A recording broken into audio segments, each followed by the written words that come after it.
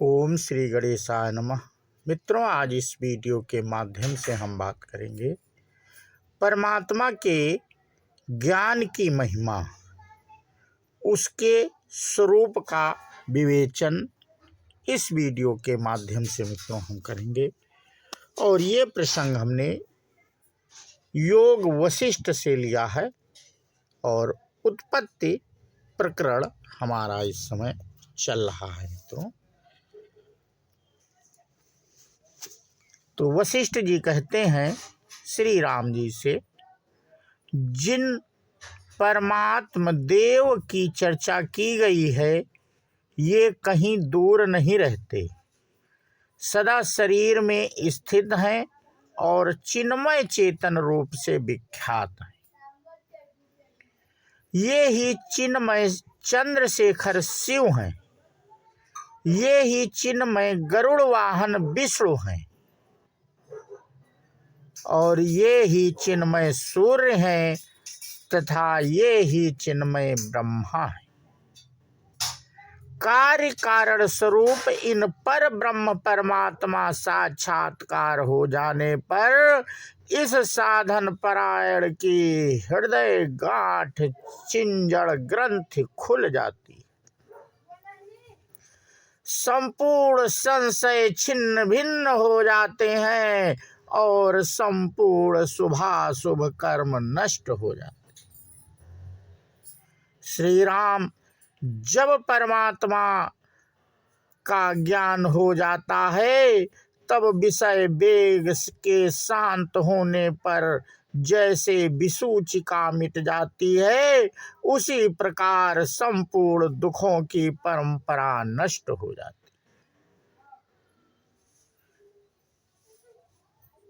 श्री राम जी पूछते हैं, ब्राह्मण, जिनका ज्ञान या साक्षात्कार होने पर मन संपूर्ण मोह सागर पार हो जाएगा, उन पर ब्रह्म परमात्मा का यथार्थ स्वरूप कैसा है, इसका मेरे समक्ष वर्णन कीजिए। वशिष्ठ जी कहते हैं, रघुनंदन, ज्ञान रूपी महासागर में नाश आदि विकार के बिना ही ज्यों के त्यों स्थित हुए इस संसार का अत्यंत अभाव ही सिद्ध होता है। वही परमात्मा स्वरूप है जो परम चिन्मय होने के कारण अत्यंत सूक्ष्म होकर भी अज्ञानी जनों की दृष्टि में विशाल पाषाण की भांति स्थूल रूप से स्थित प्रतीत होता है तथा अजड़ चिन्मय होता हुआ भी मूढ़ मनुष्यों के अंतःकरण में जड़ के तूल ही जान पड़ता है, वह परमात्मा का स्वरूप है। श्री रामचंद्र जी ने पूछा, मुने, परमात्मा सत है या यह कैसे जाना जाता है तथा इतने बड़े बड़े इस जगत नामक दृश्य को असत कैसे समझा जाता है। आप कहते हैं इसकी उत्पत्ति हुई ही नहीं, यह बिना हुए ही प्रतीत हो रहा है, यह बात कैसे समझ में आए। तो वशिष्ठ जी ने कहा, रघुनंदन, जैसे रूपहीन आकाश में भ्रमवश नील पीत आदि वर्णों की प्रतीत होती है, उसी प्रकार सच्चिदानंदमय ब्रह्मा में यह जगत संबंधी भ्रम उत्पन्न हुआ। इस भ्रम के अत्यंत भाव के ज्ञान में यदि पूरी दृढ़ता हो जाए तभी ब्रह्मा का स्वरूप ज्ञात होता है, दूसरे किसी कर्म से नहीं। दृश्य के अत्यंत भाव के सिवा दूसरी कोई शुभ गति नहीं है। ज्यों के त्यों स्थित हुए इस दृश्य जगत के अत्यंत भाव का निश्चय हो जाने पर जो शेष रह जाता है उसी परमार्थ वस्तु का बोध होता है। जिसका बोध होता है वह परमात्मा उस जाने वाले पुरुष का आत्मा ही हो जाता है।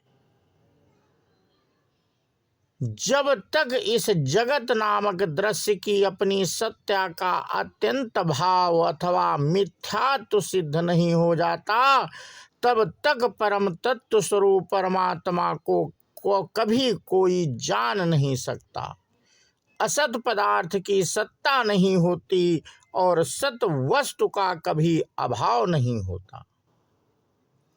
जो वस्तु स्वभाव है ही नहीं, उसके निर्वाण में उसे मिथ्या समझकर त्याग देने में कौन सी कठिनाई है।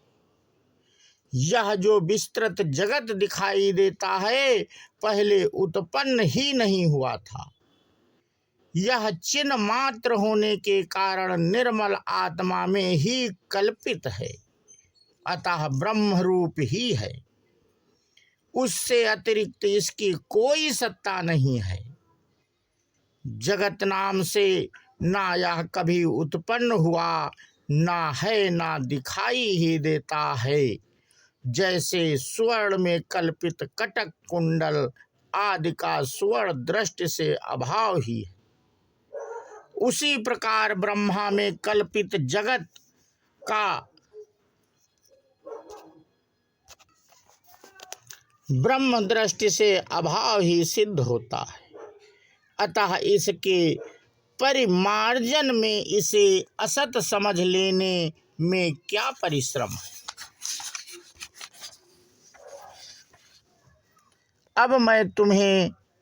अब मैं बहुत सी युक्तियों के द्वारा इस विषय का कुछ विस्तार के साथ इस तरह प्रतिपादन करूँगा, जिससे अबाधित परमार्थ तत्व का स्वयं ही अनुभव हो जाता है।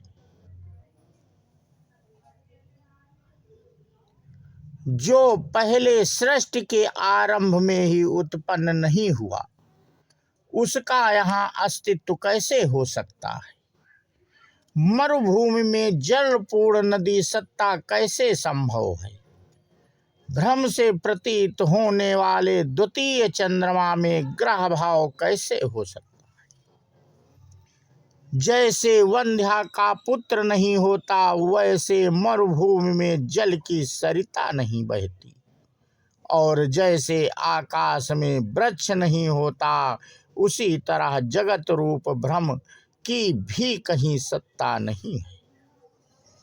श्री राम, यह जो कुछ दिखाई देता है, वह सब रोग शोक से रहित ब्रह्मा ही है।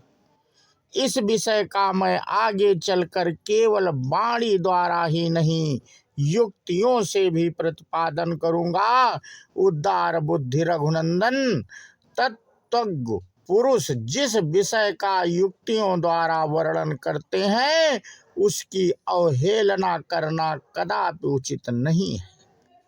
जो मूढ़ बुद्धिमानों युक्त वस्तु का अनादर करके कष्ट साध्य सूक्ति शून्य वस्तु में आग्रह रखता है, उसे विद्वान लोग अज्ञानी ही समझते हैं।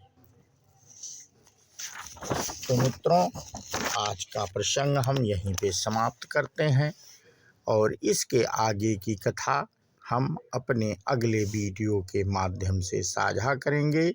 बोलो श्यावर रामचंद्र की जय, हनुमान जी की जय।